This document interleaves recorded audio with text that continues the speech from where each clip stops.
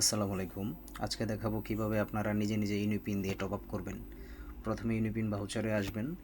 এখানে যে প্যাকেজগুলো দেওয়া আছে, যেমন 20 ইউনিপিন দিয়ে 25 ডায়মন্ড, 36 ইউনিপিন দিয়ে 50 ডায়মন্ড, প্রত্যেকটাই লেখা আছে। যেমন এখন আমি 25 ডায়মন্ড টপ আপ করবো আমার আইডিতে, সেক্ষেত্রে এই যে 25 ডায়মন্ড সিলেক্ট করলাম, 20 ইউনিপিন, বাই নাও ক্লিক করলাম, এই যে পিনটা দিয়ে দিছে।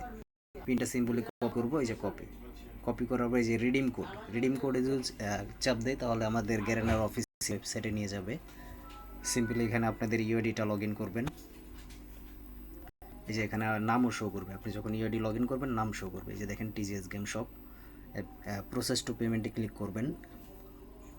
তারপর ইউনিপিনের অফিসিয়াল ওয়েবসাইটে নিয়ে যাবে। যেমন এই যে আপনি যে কোডটা নিয়েছেন, এই যে 25 ডায়মন্ড সিলেক্ট করার পরে এখানে আপনার দুইটা অপশন আসবে, একটা হচ্ছে ইউনিপিন ভাউচার আর একটা হচ্ছে আপবিডি।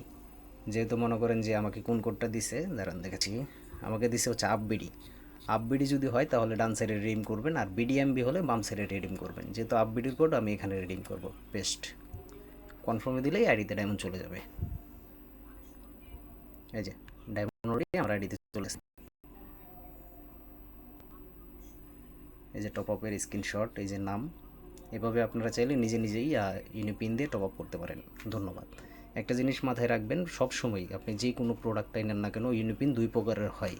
একটা হচ্ছে আপবিডি আর একটা হচ্ছে বিডিএমবির কোড, মানে ইউনিপিন ভাউচার হলে বাম সাইডে রিডিম করবেন, আর আপবিডি হলে ডান সাইডে রিডিম করবেন। ধন্যবাদ।